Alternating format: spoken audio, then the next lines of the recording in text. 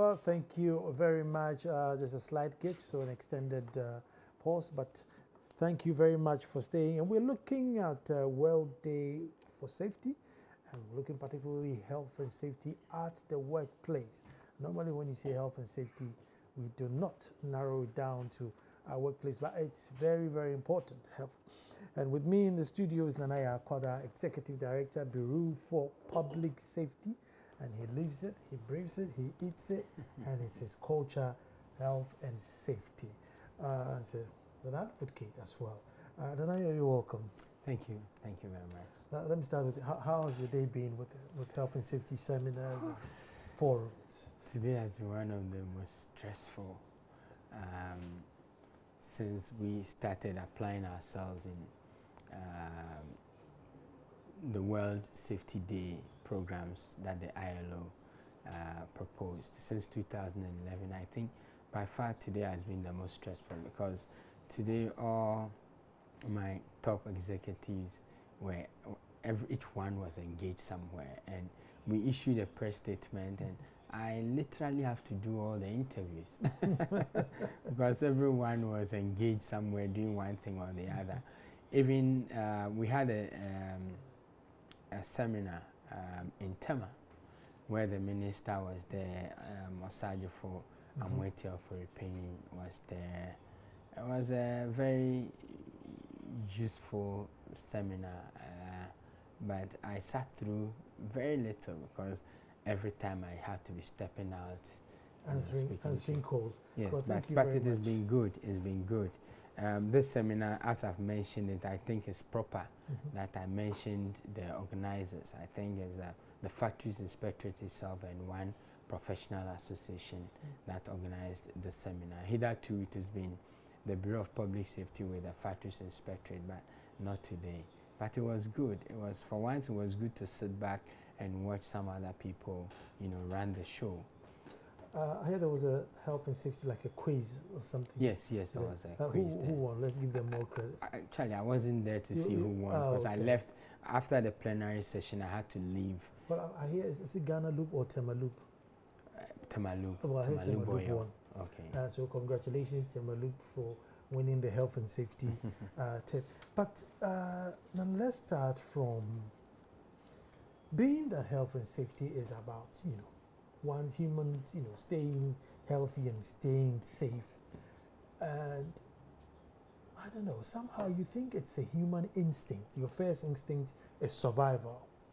So why are we so, if our first instinct is survival, why is it so difficult? You think it would have been a natural thing to just adapt that, well, this is what will make me survive, so let me adapt it. Why are we struggling to adapt health and safety? Incidentally, on my way here, it's one of the things that hit me. I least expected that we're going to talk about it, but we have something we call decision to err factors. Decision to err. It's more like, why do people decide that we want to err? It's several factors. And depends on, if you go to the USA, they've been able to research it to even to ethnicity. They can say that the blacks are more likely to make such decisions, the Caucasians will make such decisions, the Spanish will make such decisions. But by largely, one of the major factors why people decide that we want to err is overconfidence. It's overconfidence. That we think that, look, this is what we've been doing for God knows how many years. And this is how we've done it all the time, and we've gotten away with it. We are masters of the game. And so we can do and nothing happens. You understand? I know a man who worked at a place for 25 years. 25 years, no joke. And he was well respected in the department. Everybody knew that this man knows his job. But guess what? On the 9th or 10th of October, 2 years ago, he passed away in his own machine. That everybody thought that this guy knew the job. He was master of the game. He knew what to do and what not to do. He died in the machine. So overconfidence is one of the reasons why people decide that we want to err. The other one is it will not happen to me, not me. Maybe it happens to everybody else, but not me. And so when people have that mindset that this will happen, but it can't happen to me. I mean, people may have accident on the motorway, but not me, because my car is good. Until God is on my side. Yes, God is on. Until a lunatic, I don't know whether it's appropriate word to use for Joy platforms in the era of substandardness, until someone who is not right upstairs crosses you on the motorway when you are at the top speed, then you know that it can happen to you. But by the time you get to know that it can happen to you, you are on your way to the cemetery, or you are seriously hooked up in a hospital bed. So there are several factors that make people decide that, look, based on this, we decide to err. Maybe some of them too, there is pressure from above to deliver. So are you saying that this side of the world, just too many of us are too confident? Well, the truth of the matter is that is a multifaceted, scenario. That we have to look at it in multifaceted, because you cannot say that simply because it's just overconfidence. There is also the supervision bit. There is also the corporate culture bit. There is also the commitment bit. But basically, when we are looking at decision to err factors, we look at the worker. And so we are looking at the worker. So when we look at the worker, then you can outline all those. So we look at the company. There is a worker, I have to carry this thing, okay, off to my head.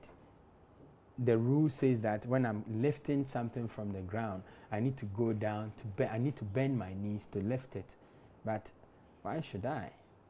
And so I keep lifting it the wrong way, until one day in the process of lifting, I hear that sharp noise, cut, and that's it. For the rest of my life, I'm gamed. I'm going to be supported at my back every minute. I'm going to wear corset for the rest of time, because I just simply refuse to do what I have to do. There's also that part where you need something to do something. Management is not providing it, so it's not coming. So management provision, they don't make the provision for it. Your cameraman, maybe if they're standing for too long, maybe standing for too long hours, is giving them issues with their back. It's giving them ergonomic issues, and then you need to provide them with long, high seats. And management is not providing. So they decide that, well, instead of that, when I do, I'll sit on the floor in a certain posture. That's not good for me. They have simply decided to err because management is not making the provision. So there are several factors that influence workers' decision to err. And once you look at those factors, you'll be able to address, the system, and thereby removing the hazards or minimizing the impact of that hazard. I was speaking to Dr. Dodwe. He's a psychiatrist. I was talking about the deplorable state of the psychiatric hospital, and some of the things were very, very bad. So then I asked him, when people bring their patients there, don't they complain or demand that, listen, A, B, C, D, has to be done? And then he said, if you go and buy something, and indeed the shopkeeper has some, then you can ask him, look, can I have two for the price of one? But if he says I don't have any, you need not bargain. In this era where people are queuing up for jobs, long queues for jobs, are you now going to go into a job after you were fortunate, after all your all-night prayers, come into the job and say, well, I'm not going to work here because you have naked wires dangling all over the roof, or there's a broken window or glass here? You just have to keep quiet and then fit in. Well, that's an issue. But I think a couple of months ago we sat here and we're speaking about a whistleblower. the Whistleblower Act. We're also calling on the Factories Inspectorate to pass something like something in that regard, like a whistleblower act to cover workers, because yes, indeed, the Constitution guarantees that we are entitled to work in a sane environment, hazardous free, and the Labor Act 2003 also empowers we as workers to remove ourselves from danger when we come to that crossroad, and we are protected by the laws of the land. But it gets a bit difficult. I mean, when the reality sets in that there are no jobs, my employer wants me to work in a not so friendly environment. So what do? Do I protest and lose my job, or I just walk away and risk losing the job anyway? But we need to understand that this one, when it comes to it, that's where we talk about the survival instinct bit, and then we must also enact laws that will, not just appear to protect the worker, but actually protect the worker. In the absence of those laws, we will have people keep suffering in silence, dying in silence. I have the unpleasant duty to advise a church member, and I believe because he was a church member, he found means to come to me, where they were working for a construction company somewhere in Winneba.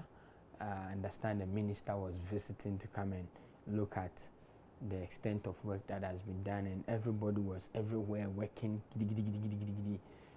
Those of us watching, means hurriedly. Everybody is doing things hurriedly, and in the process, he wanted to just level out a spade that is rusted. He took it to the cutting machine, and he didn't see anything. All he knew was he was cutting the spade. But before he could hear, people were making noise. And the next thing he realized was he was at the hospital. That cutting machine that is revolving at about 7,000 revolutions per minute cut the young man's hand. He didn't know. And blood was gushing out. It cut him to his bone. I still have pictures of that incident. I've used it for several presentations at the enterprise level. He didn't know. And the company, after sending him to the hospital once and twice, with still a broken part of the sore under his skin, they took him off their payroll. So I advised him, get a lawyer ASAP. I spoke with my friend Asan Kuma, and he advised, based on that advice, we got him a lawyer, and then he took the case on. Currently, they are just in the latter part of his case, and it's it looks very good for him. But if this gentleman had not gathered courage to look for a lawyer, he would have been suffering in silence. This is a guy who has 3 children. See, it's funny enough, it just leads into my next question, that, I mean, the employee even knowing that, look, it is my right that you give me a safe environment to work in. That's another hurdle, even knowing that, listen, this place is not healthy for me to work in. Well, I think it's also part of the system that we are running, and which is why the Bureau of Public Safety, for today, the World Safety Day, we issued a press statement calling on government to pass the National Policy on Occupational Safety and Health Bill. I believe we've spoken about it several times. That bill and the policy and its accompanying bill, because once this bill comes on stream and it becomes a working document, employers will be required to train their workers. Employers will be required to retain training records. Employers will be required to retain training content. Employers will be required under the policy to retain the names of facilitators. Want to be sure that they are competent to do what they came to do, so that in the event of an accident, fatal, injurious, whatever, and the state has to investigate it, all those documents will immediately become relevant, and like the police say, can be used against you in the court of law. But as it stands now, it is only the Ghana National Fire Service that has in it LI 1724, which has been amended. I've lost the number of the act, which has been amended. That says that employers or occupiers are expected to train not less than 40% of their staff every year. Not less than 40% of their staff. So that in the event of fire, in the event of a lot of hazards at the workplace, these people can identify these hazards. They can eliminate them before they result in accidents. In the event of fire, these 40% will be your front line, the first line of defense. And if next year you have to train another 40%, it will not be long when everybody in your firm is trained. So when there is fire, if there is fire, somebody seeing that fire, immediately the chances that that fire will be, neutralized is very high, because everyone knows. All of us are not going to run out screaming, "Eradi, Eradi, Eradi." Maybe there will be 1 or 2 people. If there were 10 of us here, and 40%, there will be 4 people who will stand to fight the fire. But we don't have that for the factories inspectorate. There is no provision in there.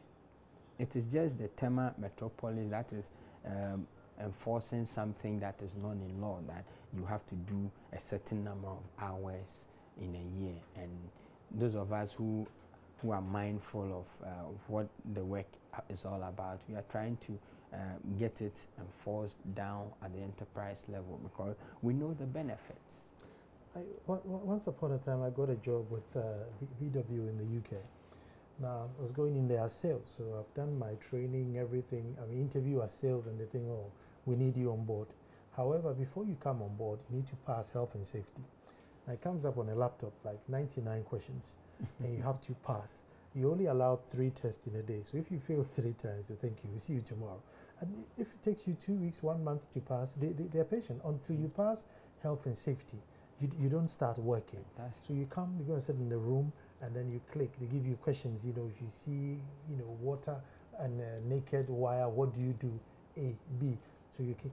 And if you fail, thank you very much. Come tomorrow.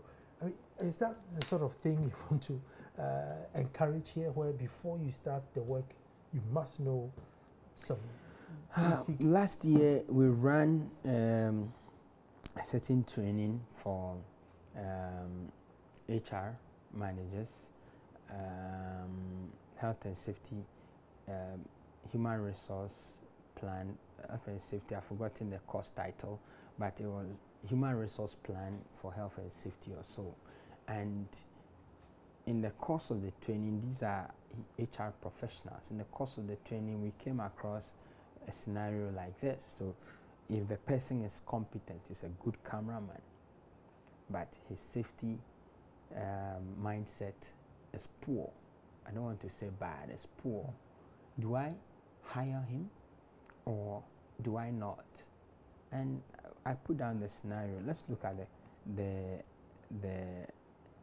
repercussions or the likely consequence of hiring a cameraman who has a bad safety culture. You run the risk of losing the camera. You run the risk of putting out a very bad corporate image. You run the risk of even losing that cameraman who may be a breadwinner for his family. So ideally, when you are recruiting people and you decide to make health and safety a requirement, a strict requirement, which we think it should be, if you do it, you must ensure that people are passing adequately before you engage them. In the absence of that, it's like taking a bomb and putting it in your bedroom and praying that it never goes off. Someday, it's just going to explode in your face. So I believe that is the way to go. That is the way to go. Elsewhere, they do not only have a safety test for you, they go as far as performing fit testing for you. the protective equipment that you will be donning while executing the work you are being hired to come and do.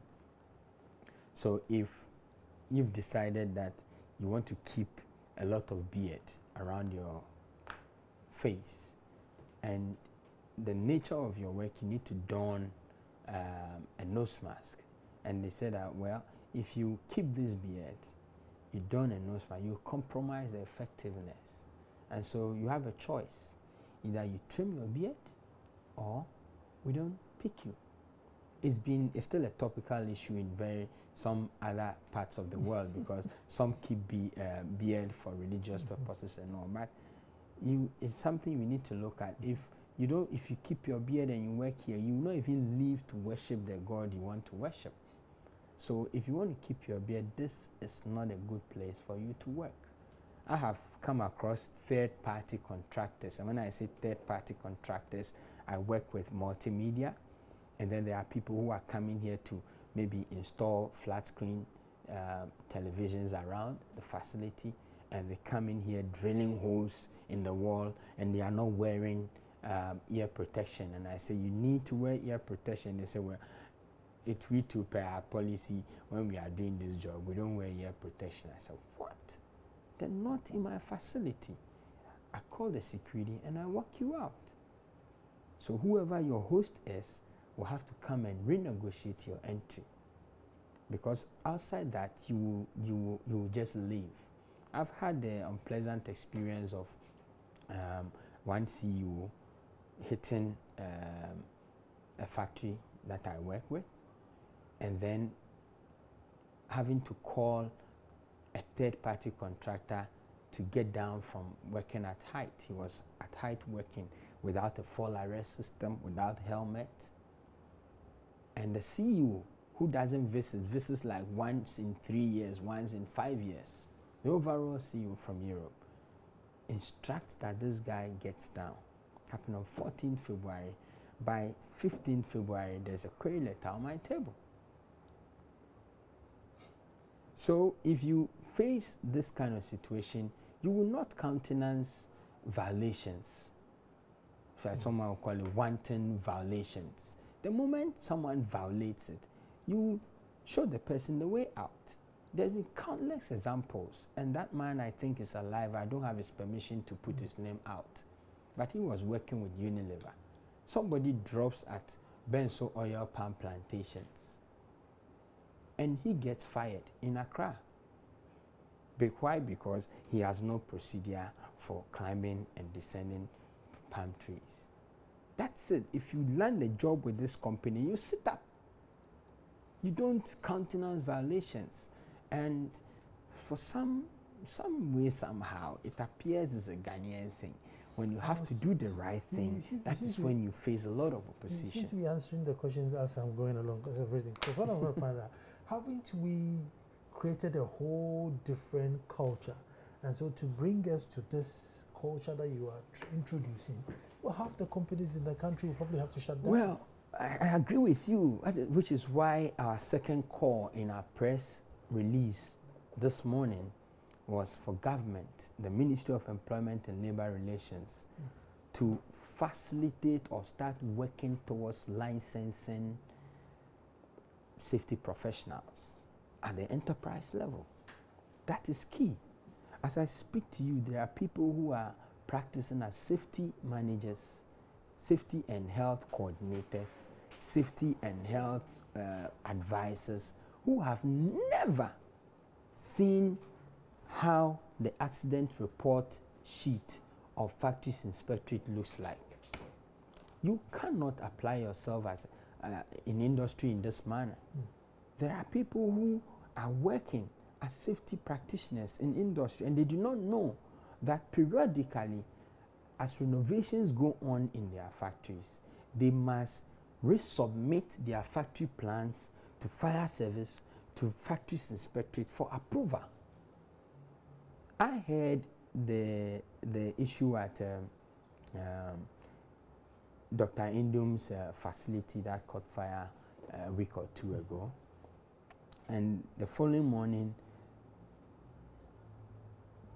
I don't know where top management members were all over the radio, lambasting National Fire Service, that when the fire service got there, they were trying to tell fire service, look, it's good to stand here and fight the fire.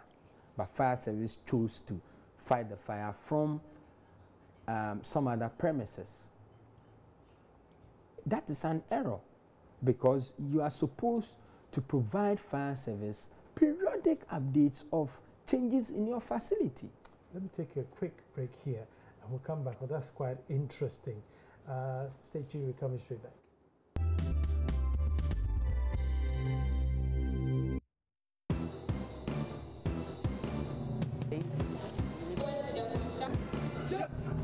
The young children get to know about what's going on, the political issues and other things. Because of freedom of speech, people think that whatever they say on social media is right. They decided to take their children to that place to train them. So if they are not providing the shelter and the food for them, it's no good. We can't be certain of whether corruption won't occur again in the NSS. The drivers are not supposed to give the policemen money. If they don't give them money, they are not going to continue doing that.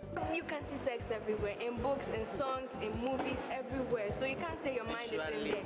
So parents must have to talk about sex with their children. We really want to learn, but because of the lighting system, we are not able to put in much effort. Our parents go and pay water bills, but when we open our tap, water does not run out.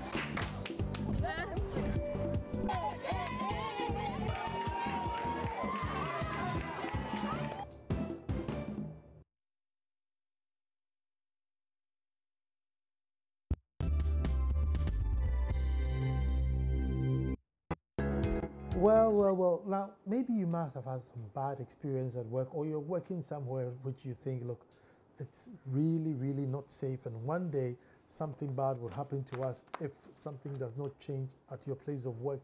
Whatever it is, health and safety, join me. It's 0302 211 691. 0302 211 691 and 692. 0302 211 691 and 692. Let's hear what your experiences are. Maybe you work in somewhere with a fantastic track record. We'd like to hear that too. But you're talking about the Indian premises where they were deciding, look, the fire service should go here. Yeah, but that's an error. That right there is an error. That should not happen. It's either they have failed to do proper appraisal of their building with the fire service, which in itself is a prosecutable offense, or the fire service having received drawings from the facility have failed to study those drawings. I hope you understand. So that should not happen. And there are people who are managing facilities as safety managers, safety representatives, safety advisors, and so on and so forth, who do not know that periodically, as our building is changing, as our floor plan is changing, we need to update these regulatory agencies. We need to update these emergency state agencies, so that in the event of an emergency, when they come, it's not now that they are going to open blueprints and we find out where our exits and entrances and all those, where our hydrants and things are. You understand? So we have said that we want the Ministry of Employment and Labor Relations to work towards licensing safety professionals. And the Bureau, at the behest of the ministry in 2013, was tasked to lead this course. And so we gave birth to the National Safety Council, which we are supposed to nurture for 10 years, and then it stands on its own. The National Safety Council has barely started, opening up for people to enroll as members. And once these people come on board, they are going to be trained just with the basics to start with. And we believe that once these basics are grabbed properly, look, the EPA is going to have a walk in the park. Let me just put that in quotes. That at least they're going to have a certain assurance that people at the enterprise level know what we want. The factories inspectorate department are also going to have it a bit easy, that people who are here have been trained by us, and so we know they know what we want, and they will advise their organizations to do what we want. So that's basically where we have started. So the National Safety Council, let me use this opportunity to make a quick one. Naughty boy, the folks who are watching us today can go to nscghana.org. NSC as in National Safety Council. November Sierra Charlie. Yes, Ghana.org. And then they can get in touch with us. We will enroll them, we give them unique numbers, and periodically we'll be publishing our members in the dailies just so people see who is who and who is what. And so these guys, when you hire these guys, you are sure that, look, they know what EPA wants, they know what factories want, they know what the city authorities want, they know how to go about things in the event of disasters. I was in a seminar last year where we had people, you won't believe it, folks from the regulatory agency, and I don't want to mention this agency's name, who didn't know that if there is an accident at my workplace that results in death, the first person to call, or the first point of call, should be the police. They didn't know. If someone drops dead here, bam, God forbid, and you go to any other institution apart from the police, that's an error. The police must come there. It's a crime scene. Until the police clears that it's a crime scene, before you could bring in factories inspectorate. Wow.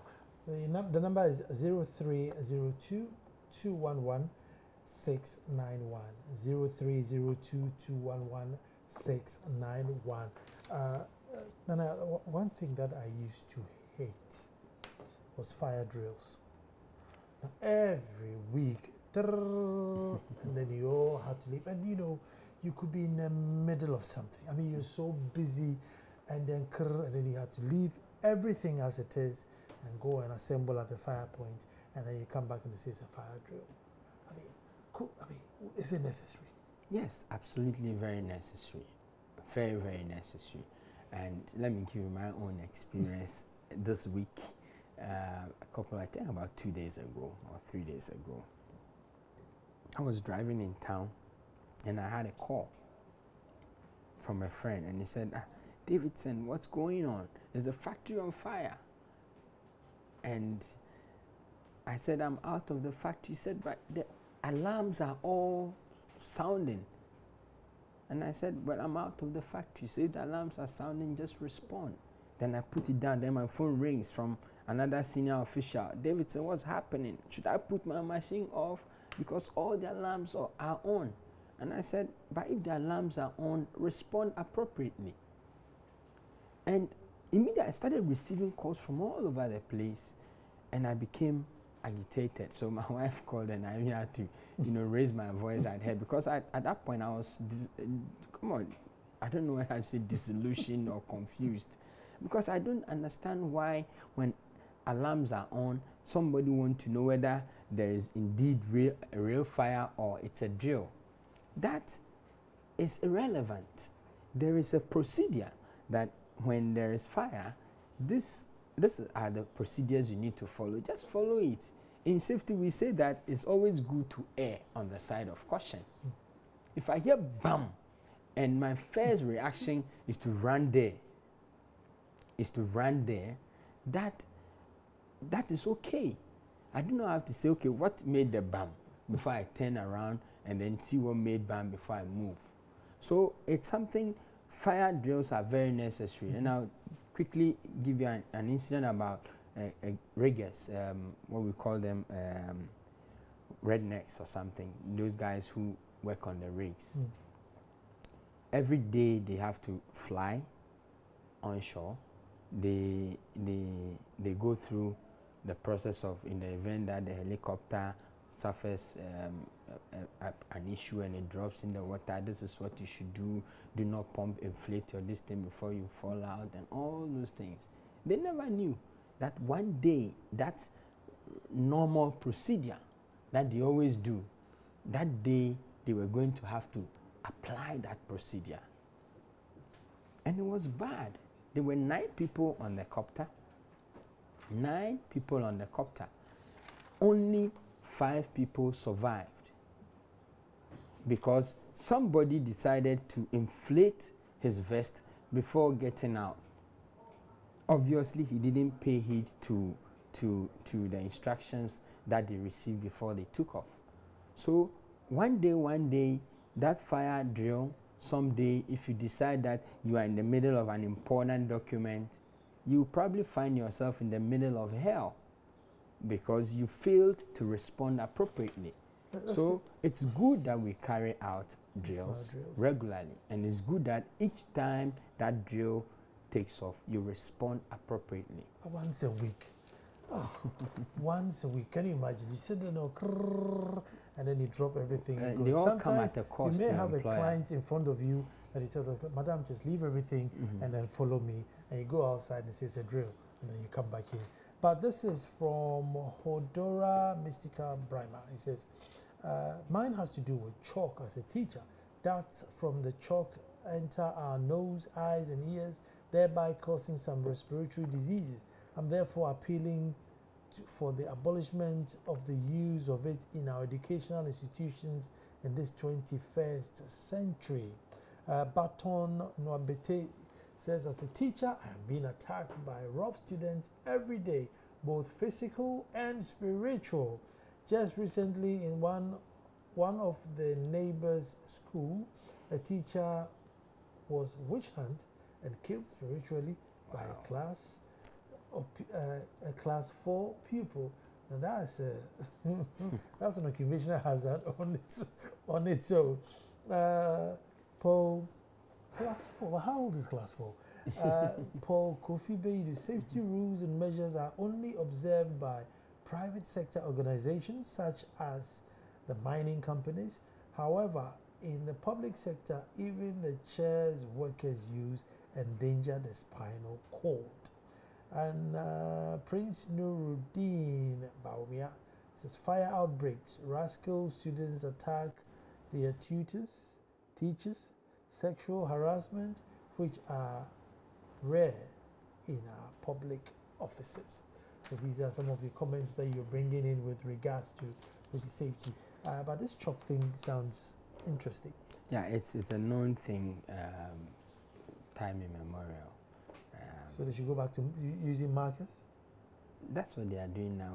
They've moved from chalk to markers. So it's just that it hasn't got into the hinterlands yet, but we are hoping that they should get there as soon as possible. The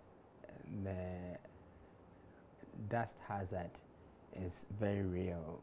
I believe that we all sat through it in school, and so it's very, very real. So the markers are better. But how about, in terms of health and safety, will physical abuse qualify as a health and safety procedure, or it doesn't? Yes, it's violence at workplace. That's violence at workplace, like what we saw at Mawako. It falls right squarely under health and safety. In other jurisdictions, it's an HR issue, but I know that in America, for instance, it's a health and safety issue. So they don't take it easy at all. Workplace violence is treated with the force that they would treat domestic violence.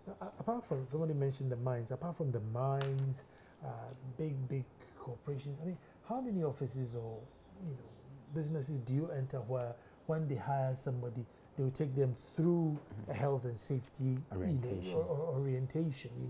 Somebody will be mopping with no sign to say, look, wet floor, nothing, just mopping away happily. Meanwhile, as a reception where it's quite a busy reception, how many do you know that put people through that training? Well, I think we are now coming there. We are now getting there as a nation, where corporate bodies want to have a safety policy, they want to have procedures for doing things, they want to do something right with safety. And I think that with time we will get there, except that the bite that we need in order to leap towards that there is lacking, and that is what we need from the side of government, that when the laws are in place, when we begin to tie businesses' profits with their safety investments, we will get people acting. I just heard a couple of months ago that companies at the free zones have to mandatorily, they have to run some number of safety trainings in order to get some 1% rebate or something. And so because of that, at least every year they will do something. We want this to be open outside of the free zone. Well, thank you very much, Nanaya. And let us not be too confident, and let us not think it's going to happen to the others and others, but let's bring health and safety definitely back to our workplaces. We have more healthy workers to produce much profitable businesses for you and I. And I always give you this number before I go. It's 024 366 2001. 024 366 2001. Tantis Fashions, they make my shirts, and you can give them a call, order yourself a shirt, made for both male and female. Thank you very much, Naya. And to you at home, next week we'll be back to do this all over again. Thank you.